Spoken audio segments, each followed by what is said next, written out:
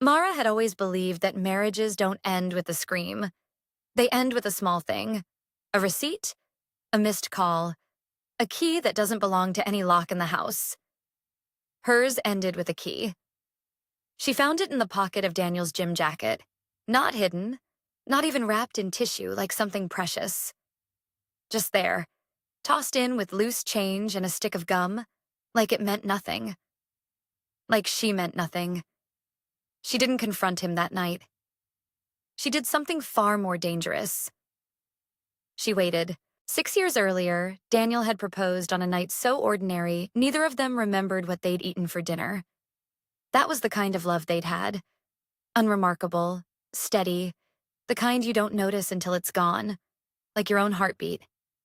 Mara built a life around that steadiness. She left her job at the gallery to help him launch his firm. She learned to love the sound of his key in the door at 6 every evening, so reliable she could set a clock by it. Which is exactly why the second key undid her, because Daniel didn't need a spare. He already had one. It started small, the way Rod always does. A business trip that didn't match his calendar. A new cologne he said was a gift from a client. A phone he started charging in the bathroom instead of the nightstand. Mara wasn't naive. She'd simply chosen, for a long time, not to look directly at the sun. But the key changed that. A key meant a place. A place meant a routine. And a routine, she thought, lying awake beside a man she no longer fully recognized, was something she could learn. She didn't hire a private investigator. She didn't need one. She simply started paying attention the way Daniel had stopped. 3 Thursdays in a row, his late meetings ended at an apartment complex across town, the kind with a keypad gate and hedges trimmed just enough to look respectable. She parked far enough away to be invisible and close enough to watch him disappear inside like it was nothing at all. She wrote down the unit number. She didn't cry. Crying, she'd decided, was for women who hadn't yet made a plan. Her name was Priya, 29. Daniel's new junior associate, the one he'd mentioned exactly once in passing, the way people mention things they want to seem unimportant. Mara didn't confront her either. Instead, she did something Priya never expected. She introduced herself, not as Daniel's wife, as a friend of the firm, curious about the new hire everyone was talking about. Over coffee, Priya said too much, the way people do when they think no one's really listening. She mentioned the apartment. She mentioned Daniel's situation.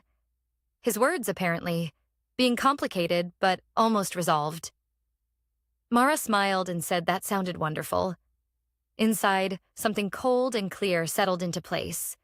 Revenge, Mara decided, wasn't about rage. Rage was loud, and loud things get noticed too early. Revenge was patience wearing the mask of forgiveness. She started acting like nothing was wrong. She kissed Daniel goodbye every morning. She asked about his meetings with real interest. She let him believe completely that he had gotten away with it. Meanwhile, she quietly moved half of their joint savings into an account he didn't know existed. She photographed documents she wasn't technically supposed to see. She scheduled a meeting with a lawyer for the same week as Daniel and Priya's resolved situation was set to become permanent. She chose their anniversary dinner.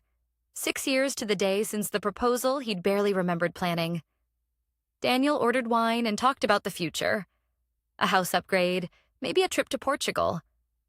Mara let him build the whole fantasy, brick by brick, knowing exactly how it would collapse. Then, between the appetizer and the entree, she slid a folder across the table. Inside, photographs of the apartment, a printed lease with Priya's name on it. A screenshot of a text that read simply, "Can't wait until it's just us." Daniel's face didn't just fall. It emptied. He tried the usual scripts. It's not what it looks like. It happened once. It meant nothing. Mara let him talk himself in circles for exactly 90 seconds before she spoke. She told him about the new account, about the lawyer, about the fact that his name was no longer on the lease of the apartment he thought was secret, because she'd already had it removed that morning, using power of attorney paperwork he'd signed years ago and never bothered to read. She told him calmly that the version of him she loved had died a long time before she found the key. She was simply the one burying him.